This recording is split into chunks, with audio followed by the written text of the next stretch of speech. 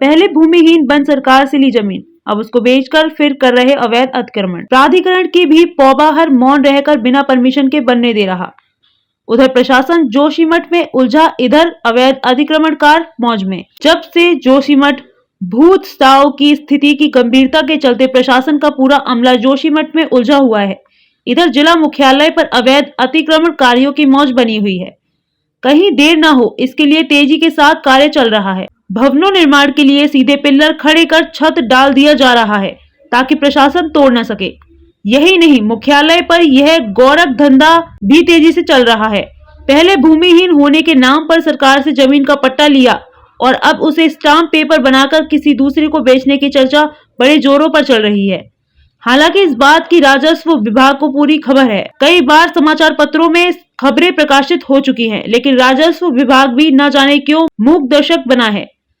चमोली जिला मुख्यालय गोपेश्वर के घिंगरान मोटर मार्ग के निचले हिस्से में जब से केंद्रीय विद्यालय के भवनों का निर्माण कार्य शुरू हुआ है, तब से यहां पर अवैध अतिक्रमण के साथ ही भूमि की अवैध खरीद फरोख्त का धंधा भी खूब जोरों से चल रहा है। सुनने में तो यहां तक आ रहा है कि यहां पर पहले कुछ लोगों ने भूमिहीन के नाते सरकार से पट्टे पर जमीन मांगी और अब उसी जमीन को किसी और को स्टाम्प बनाकर बेच दिया, जबकि नियमानुसार पट्टे की जमीन को ना तो बेचा जा सकता है और ना ही किसी अन्य प्रयोजन में उसे काम में लाया जा सकता है। अर्थात सरकार ने जिस प्रयोजन के लिए भूमि दी है उसका उसी के लिए उपयोग में लाया जा सकता है, लेकिन लोग बड़ी चालाकी से इसे बेचने में लगे हैं। वहीं दूसरी ओर गोपेश्वर नगर पालिका के अंतर्गत आता है और यहाँ पर भवन निर्माण के लिए प्राधिकरण से अनुमति लेनी आवश्यक है, लेकिन यहाँ पर भवनों का निर्माण भी बिना अनुमति के धड़ल्ले से हो रहा है, जबकि इसकी जानकारी प्राधिकरण को भी, परंतु प्राधिकरण भी आंखें मूंदे बैठा है। इससे सरकार को राजस्व का चूना तो लग ही रहा है,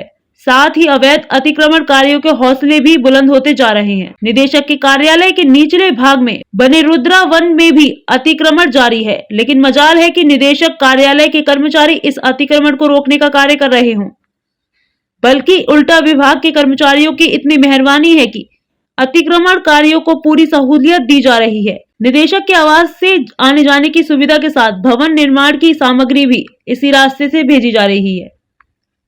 साथ ही भवन निर्माण को पानी के साथ सामग्री भी उपलब्ध करवाई जा रही है। अब ऐसे में अतिक्रमणकारियों के हौसले बुलंद हो रखे हैं।